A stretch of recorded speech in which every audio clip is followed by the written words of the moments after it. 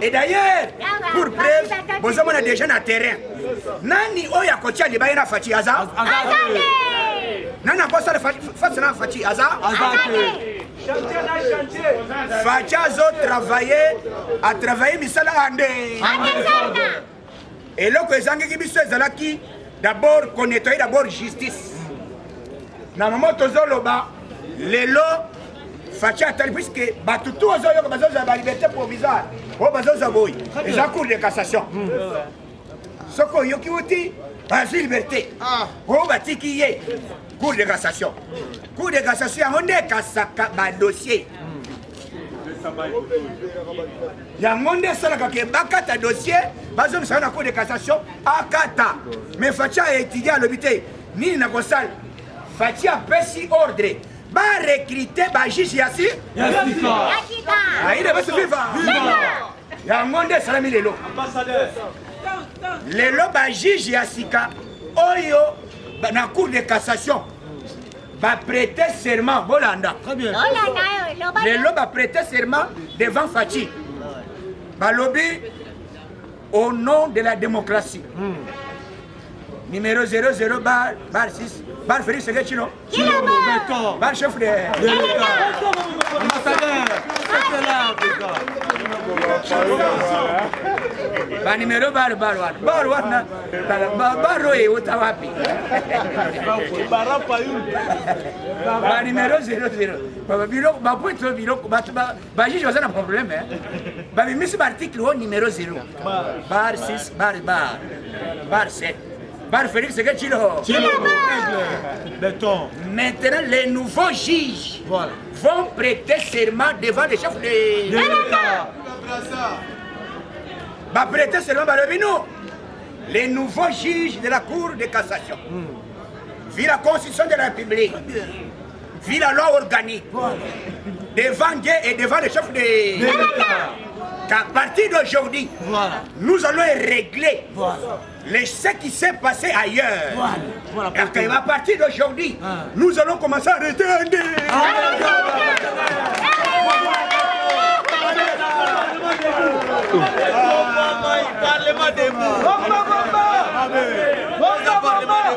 Pourquoi?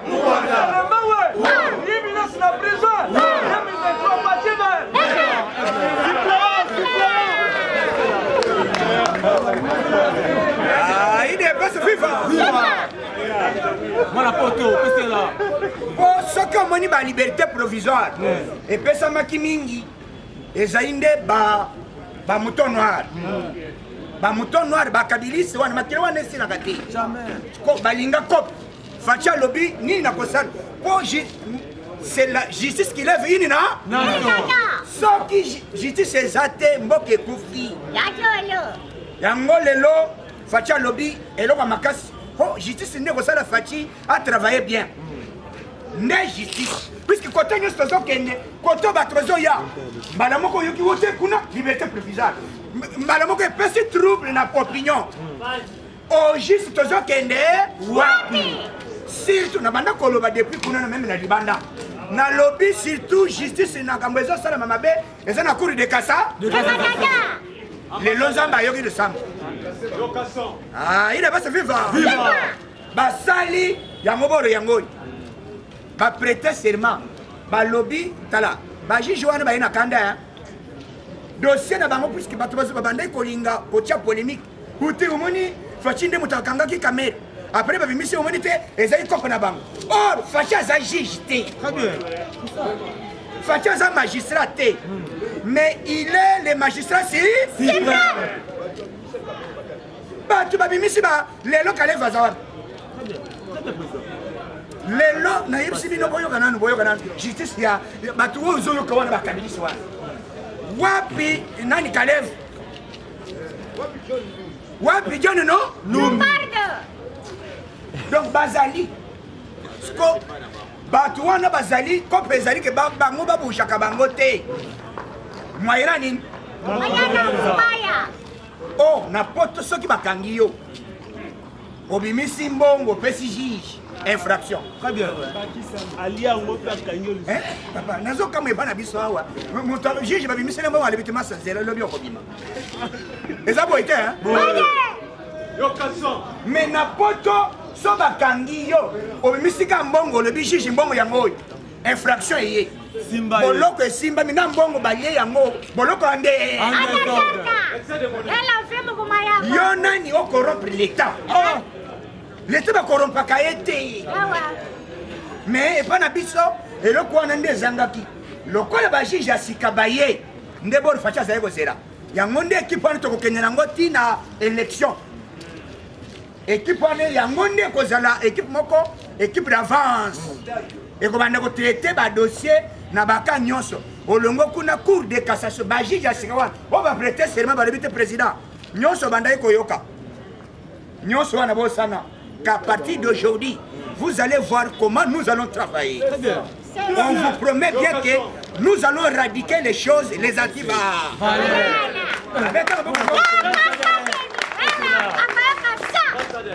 Ce que on dit déjà, j'ai assuré, on va prêter serment.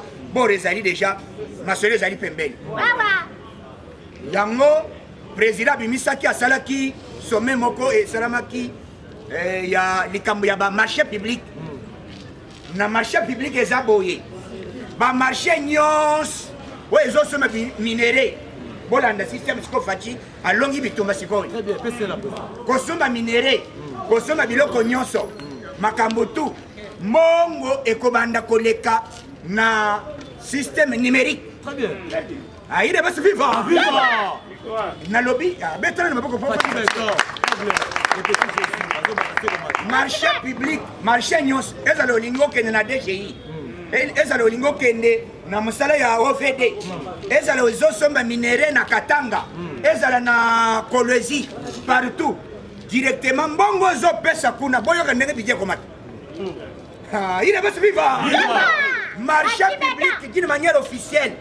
Facha signango document. Balobi ma marché public nyos ya République. Et comment on a un système numérique.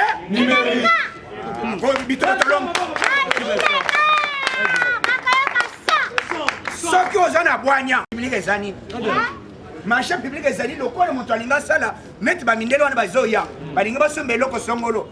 Avant, on sommes tant aux autres Sambon Nayo, directement l'État a géré Bongoana déjà, n'a compte. Ah, il est pas vivant. Donc, DJ, tu as un bon même la cologie. Fatina, Oya, à son bon des autres. Donc, ce qu'on a moli, bah, moni, ah, mon bibelou, et non, non, non, on m'a dit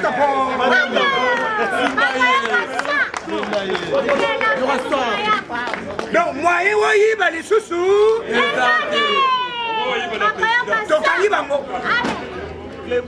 Donc, dengue zaboye, système nyos, ezali. Et ça, le serveur central. Mbongo ezokota. Ce qui est le mbongo, bakotuna mbongo ane belé ezokende. Wapi? Ndebo facha salaki. Beta mbongo na fachi beto. Nde loko oyoki batu nyos bakabilis. Babandi ko tomboka balobia agitation. Babandi ko tomboka tika bango bazosala bango meti bakana bango. Bakomi wo Nenge Zaboye, Félix Sekedi, community boy de Gonabine Anini ya Kingaba. Bilokwana Lobaki. Bilokwana Lobaki, Azako mérité. Vous évitez, ceux qui t'ont dit le pays, le Russie. Très bien. Mais la zone déjà kamikaze. Même na Barab, Alingaka a existé. Mais le local de l'Offachi. Azali Montou Oya na état de droit. Tu dois nous fournir des preuves. S'il n'y a pas de preuves, tu seras condamné à l'immédiat. Est-ce que ce sont condamnés et ça dit somo? Tozonga. Le quoi les bateaux ça va misalawa. Misala nyos bateaux ça va voir bateaux beta bateau bani.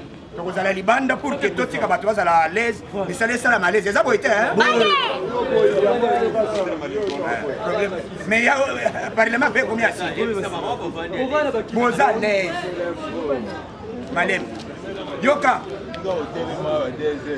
yoka toyoka likambo ezali que motu nyonso bao bazali koyina chef de l'état bacomprendre que avec Faci mboka ezokende liboso yango tozoyebisa Madidi ozoya kodévoile dossier ya odepute azwaka salaire ya 21 000 ntango yo ozalaka député pourquoi bimisaka salaire wana te non yo ozalaka député salaire wana eye komata kaka oyo na 2022 et puis il faut soki oza sincère ba adombas azali nani député ya SID aloba vérité mbongo ya zwaka ko combien yo moko ozaka député yela biso po soki ozoloba bazoza 21 000 yela biso te député asalongwa baradia epuisaka bandeko ya te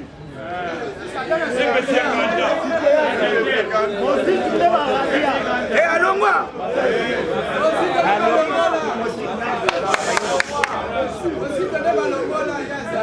toyoka s'il vous plaît boyoka kuna motu tu azosala liste de présence aliaka mbongo na mosala oyo ozosiege te okozwa mbongo na députation dernier ya kolia mbongo wana te asalongwa kala moto aremplace ezali supplante na ye kanda na ye puiske mwana mwasi wana alobi te papa toyaki na yo te kende na yo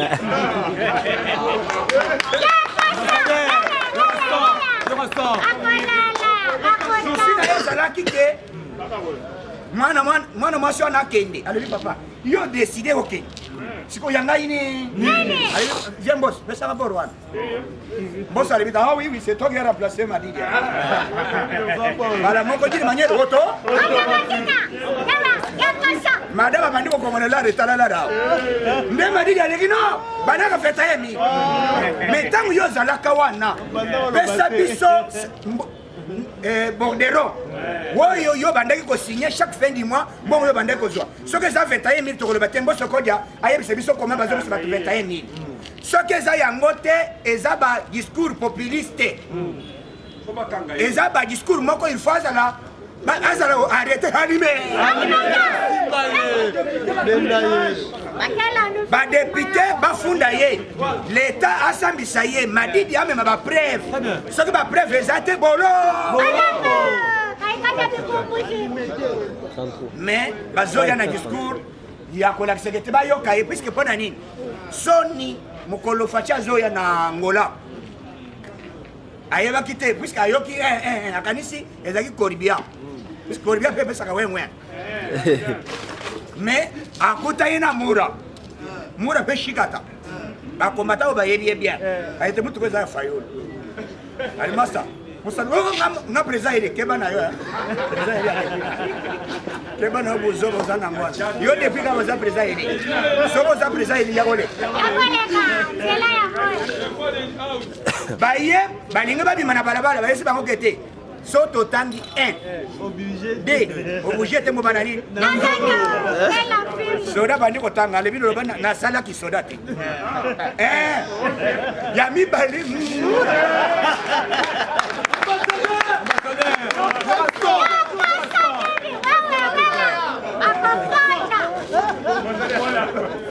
bapeti oyo bayaki na ye balobi mais olobi koza président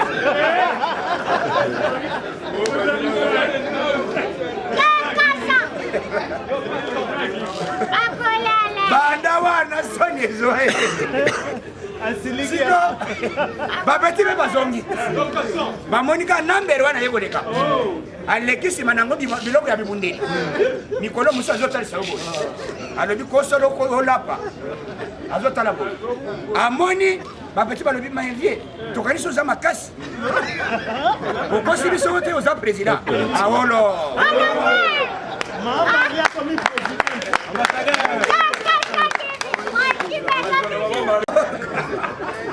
mbala moko nde acrée bori ya assemblée oyo akomi wo te assemblée eza balie mbongo oyo basali boye mais c'est grave yango toyebisi bino chef de l'état mosala oyo azosala na mboka oyo ezali histoire moko ya liboso po bomona président waza na motema lokola faci Très bien. mpe oyo alingi mboka na ye eza faci be Aigle.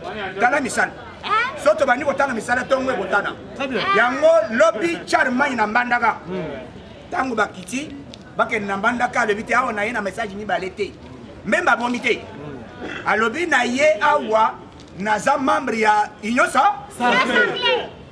epuis na ye na message ya mokonzi ya nani alobi nakopermettre na ye namoni ke complot ya banguna ezalaki mabe yoka message charmai na pepesi kuna message na bango ezalaki balinga bazongisa biso nsima tozwa eloko oyo elinga yosalama te na mboka na biso yango ekosali ngai ke nazwa courage ya kotambola ke peuple congolais bana ya équateur nyonso bosenir facibe IDPS, viva! Viva! Parti au pouvoir, viva! Viva! Facibe! Tobetela makonzi ya mboka maboko chers combattants.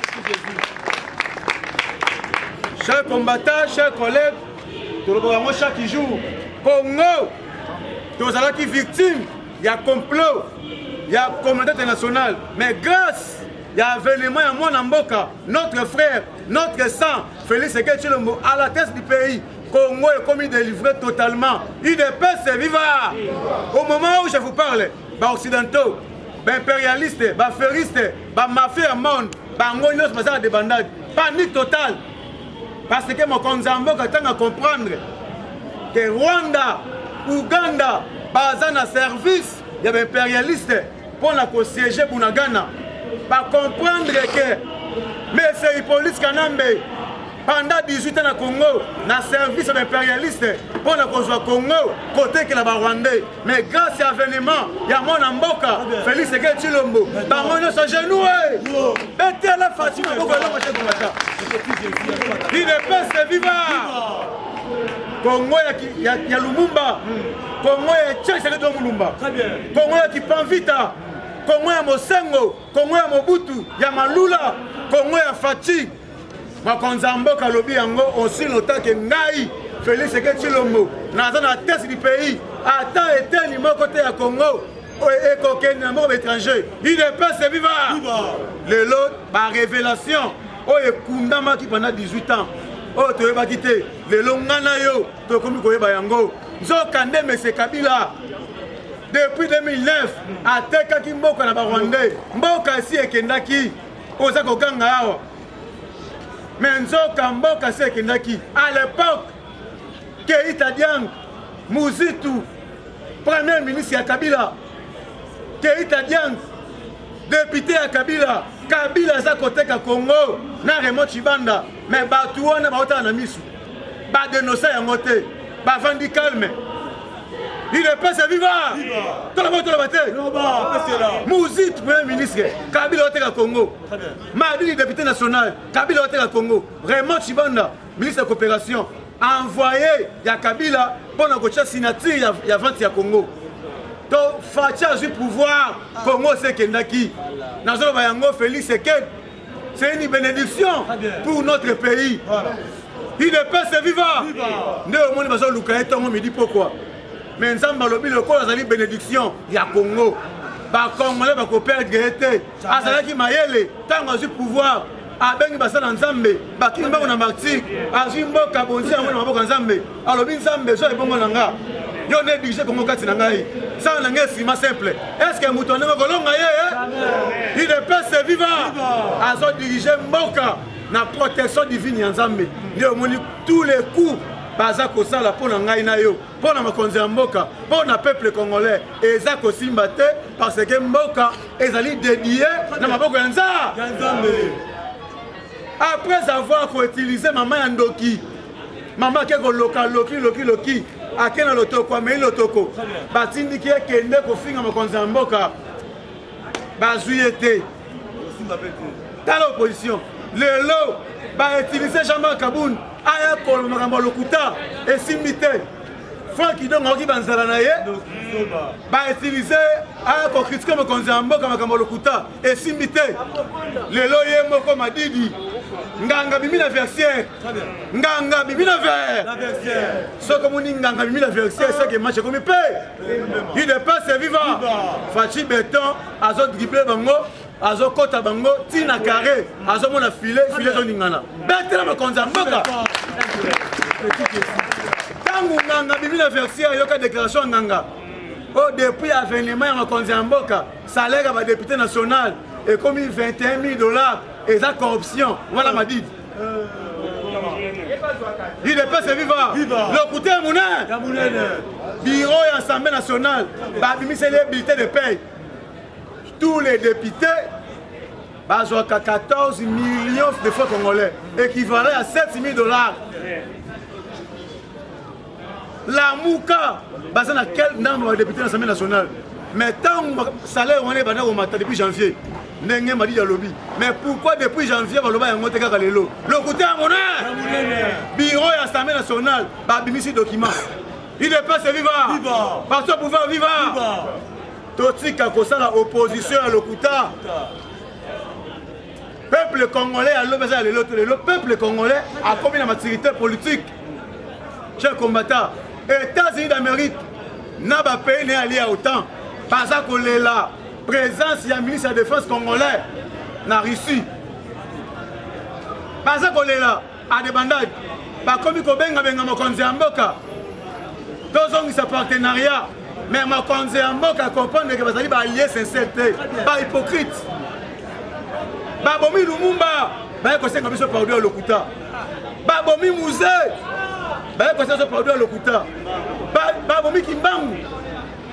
Babomi ba congolais ba violé na ba koko na ba bébé ba piller minéré ba contribution na MONUSCO ba ko assurer intégrité sécurité après le peuple congolais mais nzo kande kaka MONUSCO wana bazo ravitailler ba rebelle ba terroriste ba mercenaires bazo travailler partenariat na Rwanda na Uganda lelo oyo soki bunagana eza occupé na ba terroriste parce que les États-Unis d'Amérique nous avons pris alliés au temps, la France, la Belgique, l'Allemagne, la Grande-Bretagne. Nous avons solo en jeu pour financer les terroristes, les mercenaires, les occupations en complicité, l'armée ougandais, l'armée rwandaise. Il n'est pas vivant. Mais grâce à la diplomatie, à chef de l'État, la force régionale, et comme il y a le manque, la fois passée, il y a 600 militaires burundais. Mais l'un de ces 4 matins, il y a 750 militaires. Il y a 6 Soudan, Bazoa la Congo, pour éradiquer toutes sortes de antivaleurs. Il y a des mercenaires, il y a des terroristes, Makonza Mboka, Azako travaille dur à monter toutes les stratégies pour améliorer qui mène à l'Est. Il dépasse vivant. Makamu Oyo, il y a Aïbi Moutouno Makolote. Qui est Oyo Banda, il y a la chef du quartier. Mais c'est Mobutu, Atiki Biso na 5 groupes rebelles. Mais c'est Hippolyte Kanambe, Atiki Biso na 300 groupes terroristes et rebelles. Mais grâce à l'imposition de l'État, Totika il y a 4 groupes rebelles, nous sommes des bandats. Chers combattants, oh ma boque opposition, bête ma boque pouvoir, bête pouvoir. Il n'est pas vivant. Tala Elengia qu'on soit président, oh Azali véritablement en Mboka. Tala Elengia qu'on soit président, oh Azali véritable Congolais. Mission ya Mindele, balinga il faut imposer biso, ba président étranger. Pour pas soit passoire, ya ko saka na ba Congolais. Nde basala ki ngai na yo, basali peuple congolais coup d'état na Genève. Mais peuple, le col la papa Etienne, atika ki biso na éveil de la conscience, éveil patriotique. Tobima ki na balabala. Pour na Eli Nzambe retirer signature. Mais tant que Ponami Nzambe, oh Zagi ma Ponami Nzambe pour diriger Congo, a retiré signature. Tant que Zongiawa, to sali remontada. Malama comme c'est police Kanambe, a sali retira. Papa, pouvoir Congo, et ça le coup la Kodia. Bah comment va salir awa? Bah comment va salir awa? Pouvoir commencer le coup la Kodia. Le coup la Kodia et zongi na maboko ya bana mboka. Kodia wana ekolongwa tamu kolomoko ha? Jamais. Le monde va comme il fabriquer donc un Burundais à Mouna. Ye musala na ezali. réparateur ba femme violée na est baza kolinga te kimia oyo mokonzi mboka azo kota na est bato baviolaka bakufaka bayaka na hôpital na ye mpo ya kotisaka mbongo nde omoni balingi batindika ya postule un étranger burundais parce que insécurité na est eza la continuité il est pas vivant mpo na kochite bandeko bazali ebele mpo na kochite chaque combattant eza l'ancien DG ya INPP na kombo ya Chikui DG wana anti-valant ya Mouna ancien DG ya INPP azali kobundisa le DG actuel ya INPP na kombo Patrick Kayembe oyo azali mako ya biso ya IDPS azo kofinanse na bajournal babimisa bajournal lokuta na kombo ya DG Patrick Kayembe mais tandis que ntango Patrick Kayembe aye na INPP asombi bamatériel baordinateur bamituka mpona koaméliorer condition ya formation ya baagent ya INPP ntango aye na INPP akuti baagent salaire médiocre azwi 300 000 abakisi likolo ya salaire ntango aye na INPP akuti prime ya formateur mokie azwi 100 000 abakisi likolo il est pas vivant tobetela DG Patrick Kayembe maboko makasi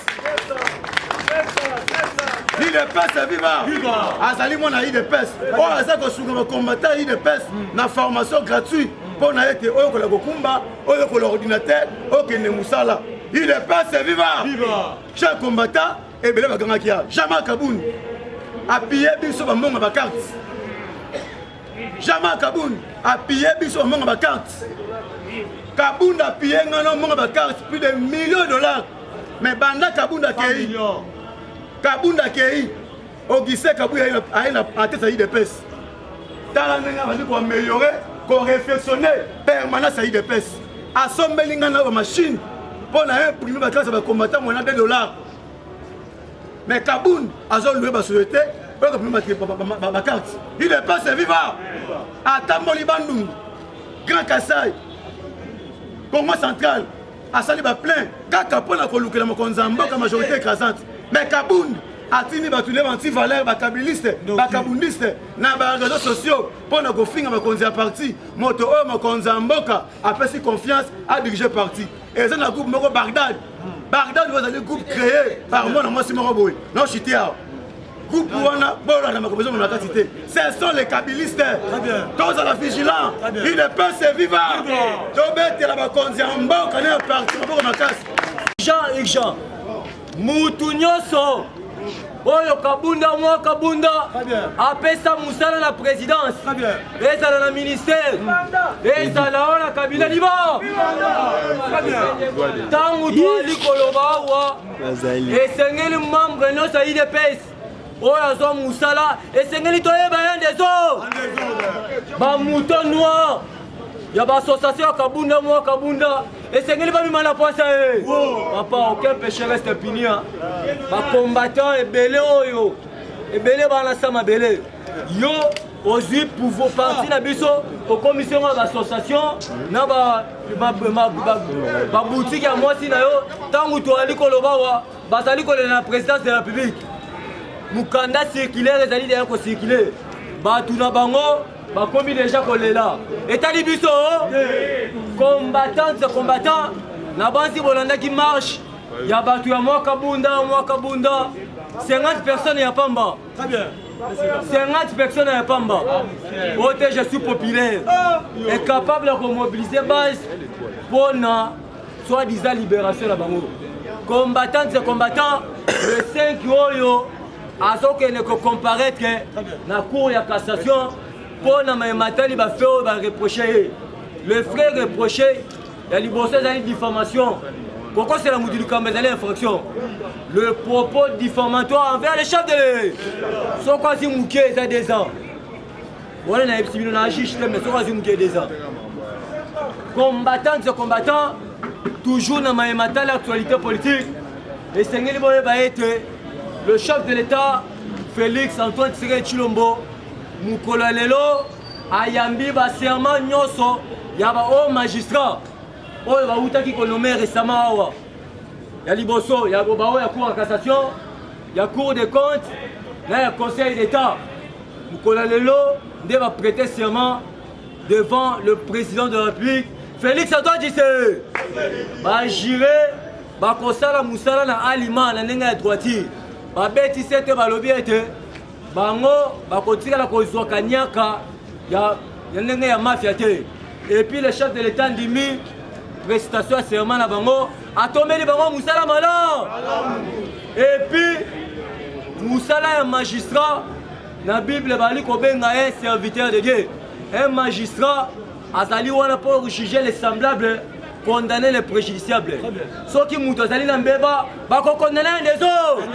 Je profite encore de vous informer, combattantes et combattants, l'état de droit prôné par notre mentor Etienne Tshisekedi ezali l'état d'amitié. Que tu sois de l'IDPS, que tu sois de l'opposition, c'est la raison pour laquelle Bomoni, l'ancien président, Kabunda, moi Kabunda, Azali ko subir rigueur de la loi. Acharnement politique Azali nango. Combattants et combattants, toujours dans ma réalisation, il y a Félix Antoine Tshisekedi. Dans le souci, il y a qu'accomplir première vision chef de l'État, il n'y a aucun soi-disant ancien directeur. Il y a Kabila Joseph Kabila, Némi Mouilana, Azali déclaration, Ote, Kabila Azali la souci Makasi, Azonga la pouvoir en 2023. Est-ce que Kabila va numéro? Ote, et Sengeli, pour construire en 2023, Oe Bebaki. Et Sengeli, pour bongisa social à peuple congolais, économie, infrastructure. Est-ce que Kabila va numéro? Je profite de cette occasion, il y a Koebisa Mouilana, Némi, Azala problème à Moutou. Et vous avez fait 18 ans dans ce pays. Bobongisa social le peuple congolais. Bobaki c'est la fonctionnaire de l'État salaire à Tabukolomoko. Aujourd'hui sous Fachi, nous avons vu une augmentation des salaires. Il y a des fonctionnaires de l'État, il y a 100%. Et seulement la Congo, combattants et combattants, la rentrée, une rentrée scolaire, et ils allaient confirmer les 5. Très bien. Ministre EPST a bêtisé là-bas dans le Messou.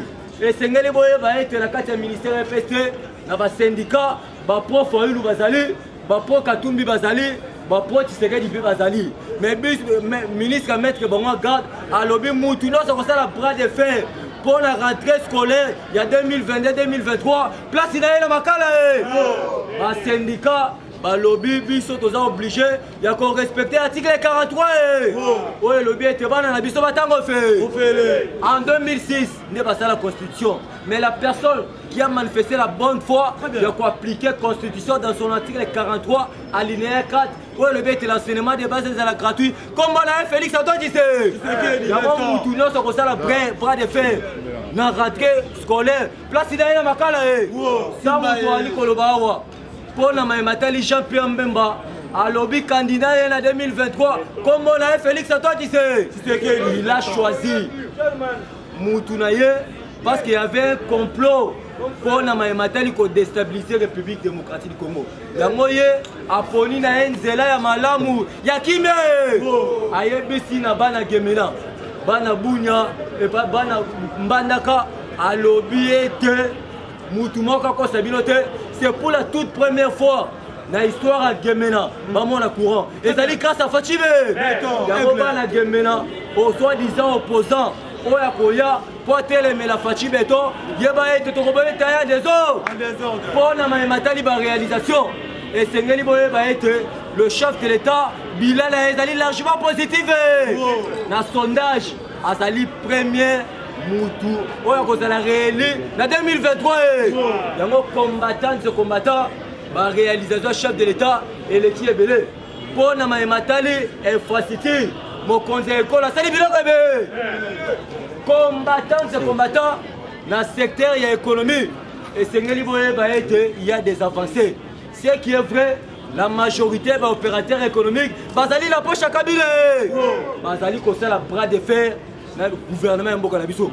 Ce qui est vrai, ministre de l'économie AI, Nicolas Kazadi abengisaki baopérateur économique nyonso ayebisi bango mpona mematali produit ya première nécessité oyo toali kobenga biloko kolia esengelaki dandezo balongolelaki bango ba TVA mais on n'arrive pas à comprendre ezokita te mpona nini yango apesi mbela alobi ete mutu nyonso kosala bras de fer oyo abengami opérateur économique bakobotela ye licence ya deso epuis barefoule ya deso IDPS au pouvoir aujourd'hui IDPS au pouvoir de bokonzi oyo tokotika yango lelo nous avons qu'un seul patrimoine oyo kondo ya tietikeli atikela biso komonango tolingana po tobatela pouvoir na biso mpona lelo na suki awa kolo nzambe abatela biso